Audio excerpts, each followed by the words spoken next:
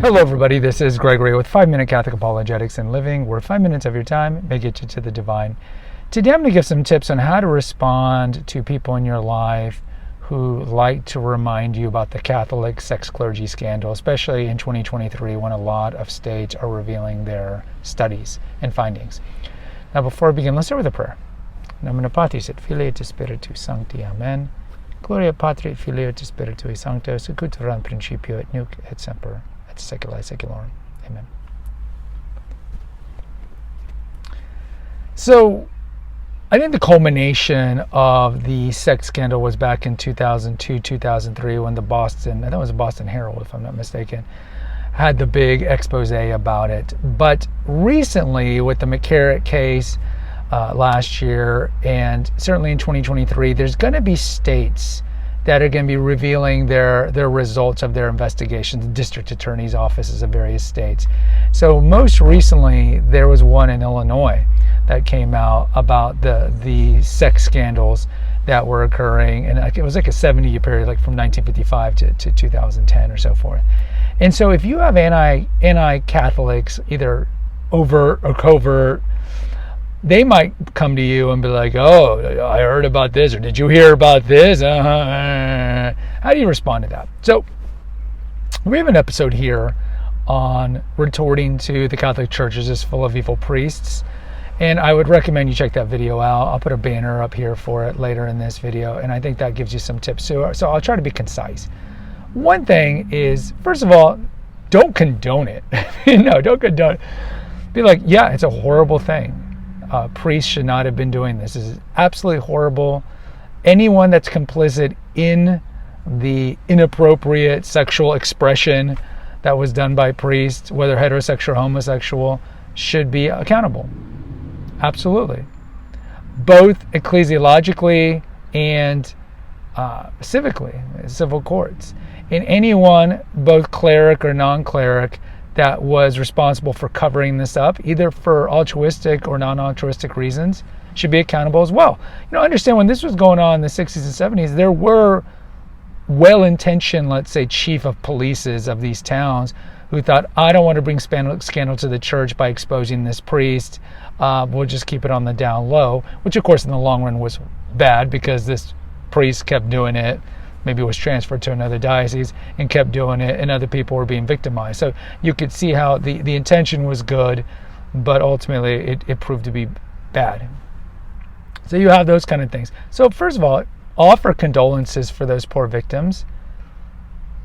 And yes, these priests, bishops, and anyone who was knowingly for sure, knew about it should be held accountable. After you say that, I would say, look, understand, Christ saw this even in his own time. You look in particular, I believe Luke has the parable of the wheats and the tares. Maybe it's Matthew. I think it's actually Matthew. But also the parable of the fish. So he talks about how the farmer throws the seeds out, and the seeds are going to grow into wheat, but also the weeds or the tares are going to grow next to it. And so the harvesters asked the planter, should we try to rip up these weeds? And the owner says, no, because you might affect the wheat. Wait till the wheat is up full harvest and ripe, and then when you're gathering all of them, separate the weeds from the wheat. There's also a parable next to that one about the fish. When you're pulling up the fish, you separate the good fish from the bad fish. So understand, like in any human institution, because we have the sin of Adam and Eve, there's going to be wickedness. There are wicked people. There are good people. And then most people are somewhere in the middle. But Christ predicted this. Christ saw this in his own time, and certainly Christ predicted it. And we will always have this kind of gradation or spectrum of people. And God will judge them in their own time. Nobody gets away with anything in this world. I used to tell my kids, and there's a great camcorder in the sky. They don't know what a camcorder is, of course. There's a great camera in the sky. So even if you can get one over on your dad, God sees everything, and we will be held accountable at the end of time, both in our particular judgment, but later in the general judgment, where the whole world, all the nations will see the wretchedness that we did if we are condemned to hell. So none of these people get away with it. I would also say that find me a human institution that doesn't have bad people in it or some level of bad people. They all do. And if vis-a-vis sexual abuse, the studies are very clear, and I would highly recommend any anti-Catholic to look this up. The rates of sexual abuse are higher in public schools, higher in daycare, higher in social work, in foster homes than the Catholic Church. We don't really hear about this because we know the press loves to attack Christianity in general. So you're not going to hear about that at all. The other thing, and of course this doesn't necessarily vindicate anything at all, but understand the sex abuse scandal is a homosexual problem in the church. And this is exceedingly politically incorrect, especially today, to talk about it. But study after study show this. Again, I'm not making this up. 90% or so of the inappropriate sexual stuff that's gone on since these studies have been done, starting about in the 1950s, have been homosexual priests. And we saw this, we call it the Crimson Mafia. You saw this really played out, and it reached its worst time in the 70s and 80s. Michael Rose is an author. He wrote a really good book called Goodbye, Good Men, that I think was published in the 90s, how well-intentioned heterosexual priests or homosexual priests who were not openly homosexual would apply for different seminaries, and these seminaries would reject them because they were Orthodox and because they weren't part of the Crimson Mafia. So it really took on a hold in the seminaries, and the numbers have dropped. And look, Bill Donahue of the Catholic League recently did a book on this. I've not read it, to be fair, about a year or two ago on this, if you really want to break down the stats. But the peak of the homosexual clergy infiltration was really back in the 70s and 80s. And if you look at it now, it's dropped quite a bit.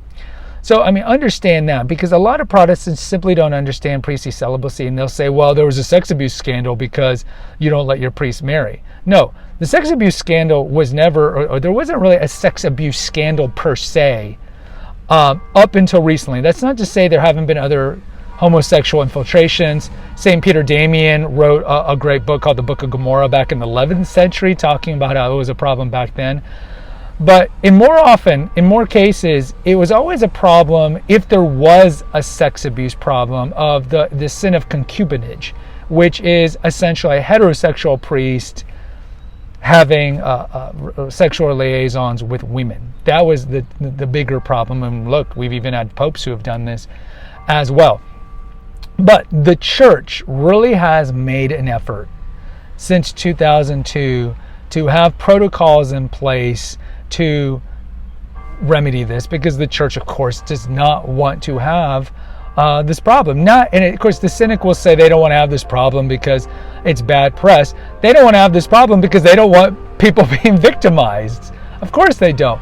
And yes, the cynic will say, well, then why did the church relocate these priests if they knew that they were touching kids and all that? Well, woe are those people, right? We know it's worse to have a millstone wrapped around your neck than corrupt the little ones. So those priests or even bishops, sorry about the ambulance, will be held accountable in the afterlife, and some of them will be held accountable here in the court system.